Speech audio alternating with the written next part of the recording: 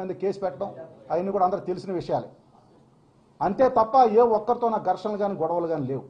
ఇటువంటిది ఈరోజు ఇంత దుర్మార్గంగా నా మీద ఇలాంటి వార్తలు రాయటం చాలా మనస్సుకు బాధ కలిగించే విషయం. కాబట్టి ఈరోజు మీ అందరి ముందు కూడా ఇది తెలియజెప్పడానికి వచ్చేయని తెలియజేస్తా ఉన్నా. ఇది ముఖ్యంగా ఈ హేమంత్ అనే వ్యక్తి ఏ ఒక్కరోజు కూడా నాకు సంబంధాలు లేవు. అతను ఎవడో నాకు తెలియదు. అతనితో నాకు వ్యాపార లావాదేవీలు లేవు, సైట్ డీల్స్ లేవు, సైట్ కొంటాలు లేవు, సైట్ అమ్మటాలు లేవు. అదేవిధంగా అతనికి ఒక కారు కాదు కదా, ఒక ఆటో కాదు, ఒక మోటార్ సైకిల్ కూడా నేను గిఫ్ట్ ఇవ్వలేదు ఈరోజు కూడా. అదేవిధంగా విల్లా కాదు కదా, ఒక కనీసం గుడిసు కూడా గిఫ్ట్ ఇవ్వలేదు, ఒక స్థలం కూడా గిఫ్ట్ ఇవ్వలేదు. ఏదైనా గిఫ్ట్ ఇచ్చి ఉంటే ఇవన్నీ చేత్తో ఇచ్చిపుచ్చుకునేవి కాదు, అన్ని రికార్డెడ్గా ఉండాలి.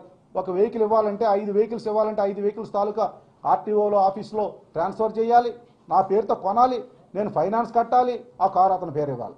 లేదంటే నేను డబ్బులు పెట్టుకోవాలి, అతని పేరుని ఇవ్వాలి. 5 కార్లు పోనీ నేను ఇచ్చాను, ఎక్కడున్నాయి చెప్పానండి కార్లు?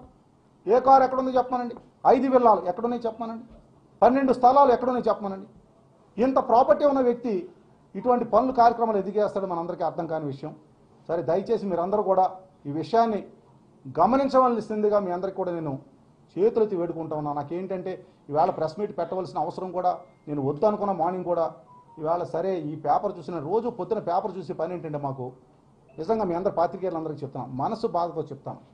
పొద్దున్న పేపర్ చూసి మన కోసం ఏం వార్తలు రాశారని చదువుకొని బాధపడి పక్కన పెట్టడం తప్ప రెండో పని లేదండి. యూట్యూబ్ ఓపెన్ చేస్తే ఏమి తిడతారో తెలియదు. అంత నేరం ఘోరం ఏం చేస్తాం ఊరికి కానీ రాష్ట్రానికి కానీ దేశానికి కానీ మేము అనేది నాకు అర్థం కావట్లేదు. సరే, ఇంకో విషయం, సరే ఈ కిడ్నాప్స్ మ్యాటర్ ఇది. దయచేసి కిడ్నాప్లో మీరు ఇప్పటికైనా గమనించండి. ఈటీవీ వాళ్ళు కానీ ఈనాడు వాళ్ళు కానీ ఉంటే వాళ్ళు కూడా రాసుకోండి సార్. దయచేసి ఆంధ్రజ్యోతి ఏబిఎన్ కానీ ఉంటే ఈ కిడ్నాప్ వ్యవహారంలో నేను ఎంక్వైరీ, మనకు ఒక పెద్ద ఆఫీసర్ ఎవరో జైలుకి వెళ్ళి కూడా ఎంక్వైరీ చేసుకున్నారంట. మంచిది, చేసుకుంటే డీటెయిల్డ్గా ఏదైతే వాళ్ళు అంతకుముందు షార్ట్ షీట్ ఫైల్ చేశారు, షార్ట్ షీట్లో ప్రతి ఐటమ్ని రీఓపెన్ చేసి చేసుకోమని చెప్పి కూడా నేనే కోరుతా ఉన్నా. కోరితే వాళ్ళు కూడా అర్థమవుతుందని కూడా తెలియజేస్తా ఉన్నా. మీరందరూ కూడా దయచేసి ఆ విషయాన్ని కూడా మీరు ప్రజలకు తెలియజెప్పాల్సింది కోరుతా ఉన్నా. ఇది 13 కేసులు ఉన్న వ్యక్తిత్వం. అత్యంత దారుణంగా ఒక మహిళని రేప్ చేసి మర్డర్ చేసిన వ్యక్తిత్వం.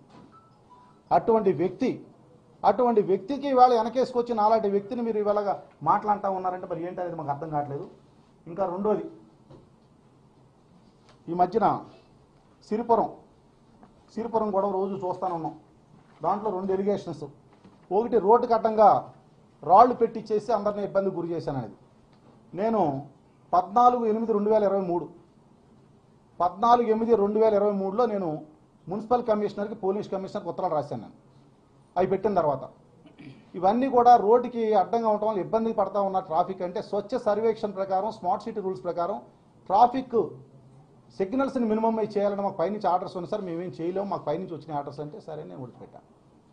దాని మీద నన్ను ఎన్నో రకాలుగా నా మీద రకరకాల ఆరోపణలు చేశారు. సరే, ఏదో మాట్లాడుకున్నారని వదిలేశాను.